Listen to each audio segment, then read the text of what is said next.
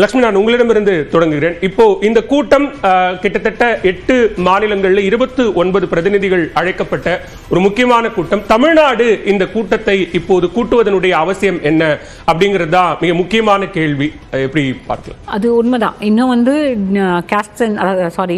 சென்சஸே இன்னும் நம்ம நடத்தலை. சென்சஸ் அடுத்த ஆண்டு கட்டாயம் நடக்குமா இல்லை திரும்பவும் அதுவும் தள்ளி போகுமா அப்படின்ற ஒரு கேள்வி இருக்குது. சென்சஸ் நடந்தால் மட்டும்தான் டீலிமிட்டேஷனை பற்றி நம்ம பேச முடியும். அப்போ அதற்கெல்லாம் முன்பாகவே இதை கையில் எடுக்கிறதுக்கான காரணம் என்ன அப்படின்ற ஒரு கேள்வி இருக்குது. இதில் அரசியல் இல்லாமல் இல்லை.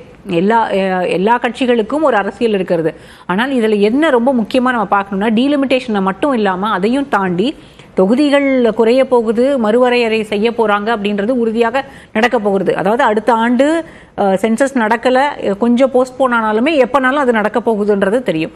ஆனால் இந்த வாய்ஸஸ் ரொம்ப இம்பார்ட்டன்ட். இதில் ரொம்ப முக்கியமானது என்னென்னா, the coming together of the southern states. ரொம்ப முக்கியமாக கேரளா, கர்நாடகா, தமிழ்நாடு, ஆந்திரா. இப்போ இன்றைக்கு ஆந்திரா, தெலுங்கானாவிலிருந்து தெலுங்கானா ரெப்ரசன்டேட்டிவ்ஸ் மட்டும் இப்போ வந்திருந்தாலுமே ஆந்திரா இந்த டீலிமிட்டேஷன் இஷ்யூவில் மிகப்பெரிய ஒரு சில்வர் லைன்.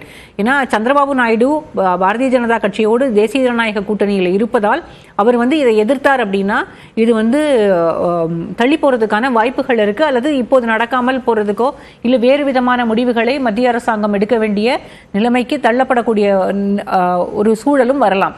அப்போ இந்த இஷ்யூவில் திரும்பவும் நான் சொல்கிறேன், சந்திரபாபு நாயுடுவும் ஆந்திராவும் தான் சில்வர் லைன். ஸோ இப்போ பவன் கல்யாண் பார்ட்டியிலேருந்து ஒரு ரெப்ரசன்டேட்டிவ் இன்னைக்கு பார்ட்டிசிபேட் பண்ணுறாரு அப்படின்னா ஆந்திரா இஸ் ஆல்சோ அகெயின்ஸ்ட் டீலிமிட்டேஷன்ன்றதை நம்ம புரிஞ்சுக்க வேண்டியிருக்கும். நிச்சயமாக தொடர்ந்து பேசலாம். தற்போது கூட்டு நடவடிக்கை குழுவின் கூட்டத்திற்கு வருகை தரக்கூடிய தலைவர்களை முதலமைச்சர் வரவேற்கக்கூடிய காட்சிகளை பார்க்கிறோம். கர்நாடக முதலமைச்சர் டி.கே. சிவக்குமார் மற்றும் தற்போது கேரள முதலமைச்சர் பினராயி விஜயனை முதலமைச்சர் சால்வை அணிவித்து வரவேற்கக்கூடிய நேரலை காட்சிகளையும் பார்த்துக் கொண்டிருக்கிறோம். இன்னும் சற்று நேரத்தில் தொகுதி மறு வரையறை தொடர்பான கூட்டு நடவடிக்கை குழுவினுடைய முதல் கூட்டம் நடைபெற இருக்கக்கூடிய நிலையில் வந்திருக்கக்கூடிய பல்வேறு மாநில முதலமைச்சர்கள் மற்றும் அரசியல் கட்சி தலைவர்களை முதலமைச்சர் வரவேற்கிறார். தற்போது தெலங்கானா முதலமைச்சர் ரேவந்த் ரெட்டி தற்போது வருகை தந்திருக்கிறார். அவரை முதலமைச்சர் வரவேற்கக்கூடிய காட்சிகளை பார்க்கிறோம்.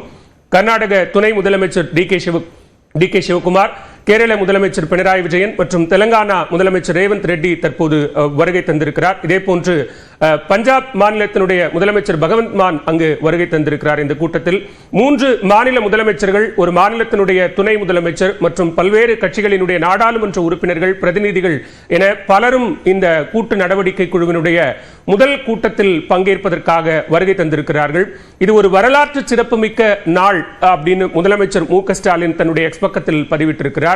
மிக குறிப்பாக அனைத்து கட்சி கூட்டம் நடைபெற்று அந்த கூட்டத்தின் எடுக்கப்பட்ட முக்கிய தீர்மானங்கள்ல தென்னிந்திய மாநிலங்களின் தலைக்கு மேல் தொங்கிக் கொண்டிருக்கக்கூடிய கத்தியாக இந்த தொகுதி மறுசீரமைப்பு விவகாரம் இருக்கிறது. எனவே தென்னிந்திய மாநிலங்கள், மிக குறிப்பாக மக்கள் தொகையை கட்டுப்படுத்திய மாநிலங்கள் இந்த தொகுதி மறுவரையறால் வஞ்சிக்கப்படக்கூடாது என்கிற ஒன்றை தீர்மானமாகவும் அனைத்து கட்சி கூட்டத்தில் நிறைவேற்றப்பட்டது. அதன் அடிப்படையில் கூட்டப்படுகிற முதல் கூட்டு நடவடிக்கை குழு கூட்டம் இன்னும் சற்று நேரத்தில் சென்னையில் உள்ள தனியார் விடுதியில் நடைபெற இருக்கிறது. இந்த கூட்டத்தில் பங்கேற்பதற்காக வருகை தந்திருக்கக்கூடிய தலைவர்களை முதலமைச்சர் வரவேற்கக்கூடிய நேரலை காட்சிகளையும் பார்த்துக் கொண்டிருக்கிறோம்.